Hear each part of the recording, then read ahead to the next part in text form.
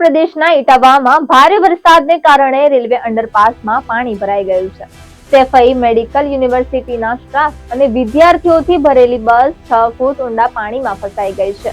બસમાં સવાર 24 થી વધુ લોકોને બચાવી લેવામાં આવ્યા છે. ત્યારે હિમાચલ પ્રદેશમાં ભારે વરસાદ ચાલુ છે.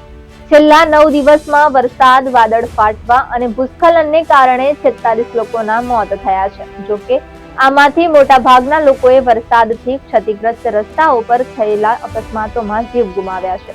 હવામાન વિભાગના જણાવ્યા અનુસાર મધ્યપ્રદેશ અને રાજસ્થાનના પૂર્વી ભાગોમાં ભારે વરસાદ પડશે. બંને રાજ્યોમાં વરસાદ માટે ઓરેન્જ એલર્ટ જાહેર કરવામાં આવ્યું છે. જ્યારે ઉત્તરાખંડ, હિમાચલ, પંજાબ, હરિયાણા, ચંડીગઢ અને દિલ્હી સહિત 22 રાજ્યોમાં યલો એલર્ટ જારી કરવામાં આવ્યું છે.